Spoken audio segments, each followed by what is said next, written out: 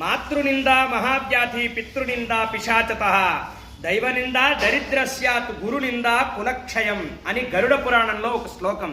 ఏమిటంటే మాతృనింద, తల్లిని నిందించటం కానీ, తల్లితో వాదన చేయడం కానీ, అపహాస్యం చేయడం కానీ మహావ్యాధులు ప్రాప్తిస్తాయని, తండ్రిని తిట్టడం వల్ల పిశాచులమై సంచరిస్తామని, దైవనింద భగవంతుణ్ణి దూషణ చేయకూడదని విష్ణుమూర్తి, శివుడు, గణపత ఇంకొకట మనం ప్రేరణ చేసినటువంటి తపశ్శక్తితో నిర్మితమైనటువంటి దేవతాశక్తి లేదా గురు పరంపరని దూషించటం వల్ల మన యొక్క దరిద్రం ఇంకా ఇంకా పెరుగుతుంది అని ఈ శ్లోకం అర్థం చెప్తోంది. గురునిందా కులక్షయం.